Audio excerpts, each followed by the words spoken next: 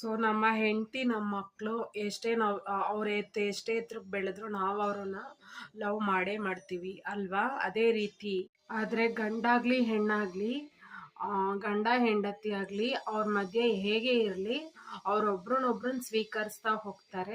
ಆದರೆ ನಮ್ಮ ವೈಫ್ ಮಾತ್ರ ನಾವು ಹೇಗೆ ಇದ್ರೂ ನಮ್ಮನ್ನ ಸ್ವೀಕರಿಸ್ತಾರೆ.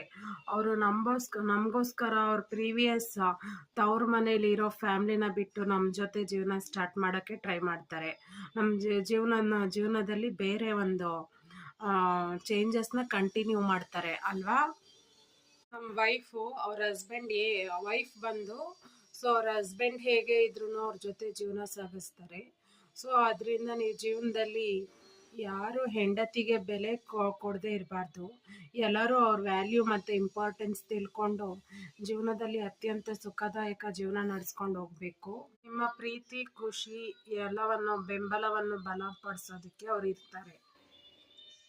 ಸೊ ಆ ಸಂಬಂಧ ಗಂಡ ಹೆಂಡತಿ ಸಂಬಂಧನ ಬಲಪಡಿಸೋಕ್ಕೆ ನೀವೆಲ್ಲರೂ ಟ್ರೈ ಮಾಡ್ತೀರಾ ಅಲ್ವಾ.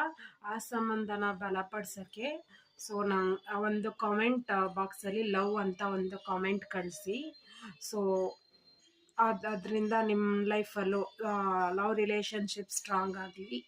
ಸೊ ಇದನ್ನು ಹೇಳ್ತಾ ಕಮೆಂಟ್ ಮಾಡಿ, ಸಬ್ಸ್ಕ್ರೈಬ್ ಮಾಡಿ, ಶೇರ್ ಮಾಡಿ ಮತ್ತು ಲೈಕ್ಸ್ ಮಾಡಿ. ಸೊ ಇದನ್ನು ಹೇಳ್ತಾ ಇವತ್ತಿನ ವ್ಲಾಗ್ ಬಂದು ಇಷ್ಟೇ. So thank you. Suma signing off. Bye. Take care.